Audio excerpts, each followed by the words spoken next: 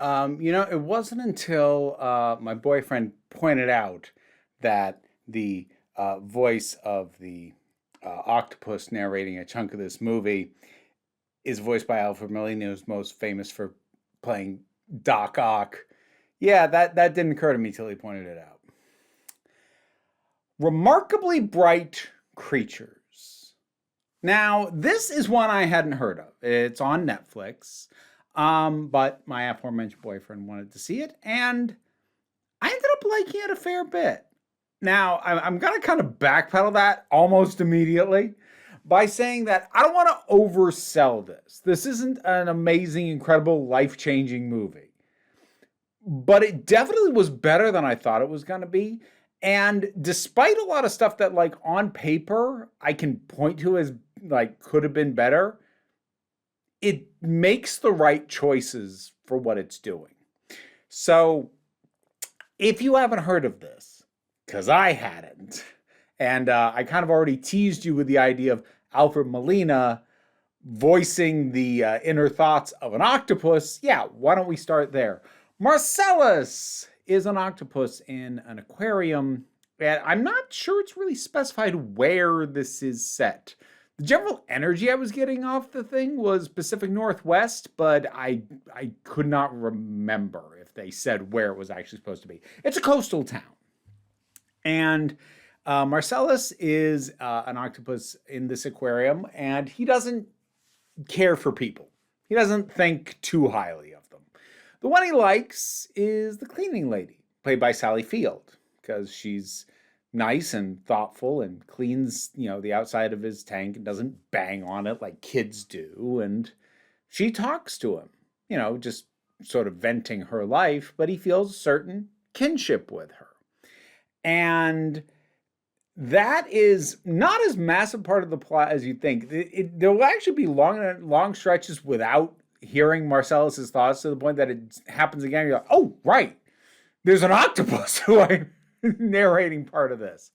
But as far as other characters go, there is drifter's the wrong word. There is kind of a down on his luck guy in his sort of early 30s who shows up in town, played by Lewis Pullman, who I think I've technically seen in something before, but he's never stood out to me before. This is Bill Pullman's kid. He stands out a lot more in this, but he shows up and he is looking for the man he believes to be his father. His mother passed away relatively recently and left, and his mother was just kind of a screw up. And basically the only thing that he was left with was her busted up van, which he was able to drive as far as this town, trying to find the man that he thinks is his father. And so there's him. There is the guy who owns the local general store and attached diner. That's Colm Meaney, who most folks, if they know him best from Star Trek, Next Generation, and Deep Space Nine. He was Chief O'Brien. Oh God, he's always such a warm presence. And then there's a number of other supporting characters as well. There were a few faces I recognized, but not like ones that I could necessarily recall names of now. But you have, the narration from Marcellus, but you have the story of the cleaning lady and sort of her kind of figuring out what she's going to do with the last stretch of her life. Her husband has passed away relatively recent-ish, and she lost her son decades ago. And you have this young man who's showing up in town, and initially he meets this cleaning lady because he needs money to pay back the repairs that had to be done on his van. Basically, as soon as he showed up in town, it just broke down again, and he doesn't know how to fix it. And so you have this intersecting of lives of people who are at very uncertain points in their own lives and in their own existence. Now, as I said, I don't want to oversell this. Like, I can tell you right now, there is not a single plot turn in this thing. I say plot turn, not even necessarily plot twist, because some of these are just normal, like, progressions of the story. But I don't think there was a single plot turn in this that I did not predict well in advance of it happening. And yet that didn't really seem to matter all that much. Because, well, for a couple reasons.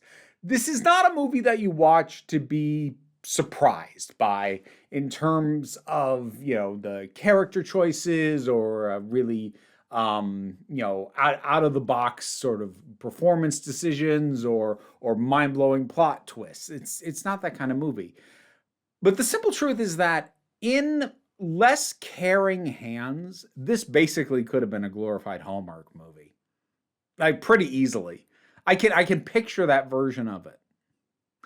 But it's not just a little better than that, it's significantly better than that. A lot of it comes down to the commitment. I want to say a lot of it is the performances, but I also want to give credit to the editing and to the directing on this, because it lets the serious moments not only be serious, but to pace them out properly. Initially, when I saw the runtime on this, at close to 2 hours, more like an hour 45 once you chop like 10 minutes worth of credits off.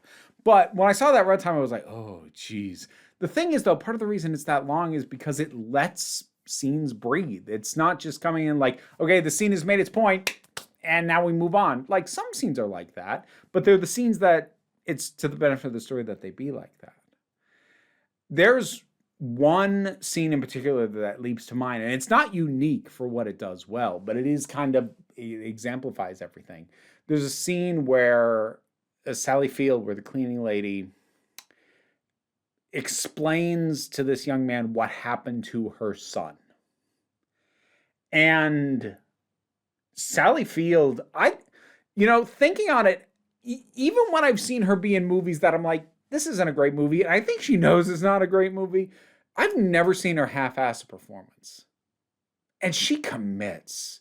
She commits to this extended monologue that is, yes, expositional in a lot of ways, but is also an emotional journey in and of itself in the telling of it. And just the patience that the camera has in just letting it play out, and her commitment to it, it told me almost nothing I didn't expect, but just the amount of effort and work put into it by the people who made it, and that kind of evidence is kind of all over the movie. I mean, to come back to Alfred Molina, it's kind of easy to laugh at the idea that there's an aging octopus narrating a chunk of the movie, but at the same time, Alfred Molina, even aside from the joke of, what he's best known for to most audiences, he reads this stuff like he's reading Shakespeare. He puts that kind of weight behind it, and it helps. It matters. And there's even a handful of small touches that make things that I generally don't like, not necessarily make me like them, but go, oh, that's okay then. Because this thing has not one, but two romantic subplots. And I didn't hate them. Now, don't get me wrong, when each one started up, I did kind of go, oh, cripes. But as they progress, they were a lot less trite, a lot less stock and standard, especially, I'm not worried about spoiling too much of this movie. I'm not going to tell you everything, but for instance, the young man meets a woman who owns a paddleboard shop, and they start a flirty thing. Ooh, shock of shocks. Of course, they give him a love interest. And I said that out loud. I'm like, of course, here's the obligatory love interest for this guy. But they have, I was expecting them to have 20-something problems. And the actors are clearly not in their 20s, but, I was expecting this sort of cheesy, barely above high school level nonsense. But, the way that they interact with each other and talk to each other and talk about themselves and sort of where the first big roadblock in their relationship comes in, I'm like, oh no, those are actually 30-year-olds, and they're written as 30-somethings, and they've got 30-somethings problems. Okay, that's just kind of pleasant. And also an interesting thing, and this is true of both romantic subplots, they know when to take a back seat. The back stretch of the movie knows where to put its focus. It knows what matters.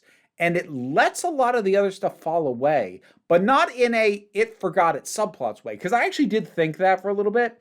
There was a part of me that went, okay, like it was right to sort of leave the romantic subplots behind and focus up on what it's currently focusing on, because this is more important.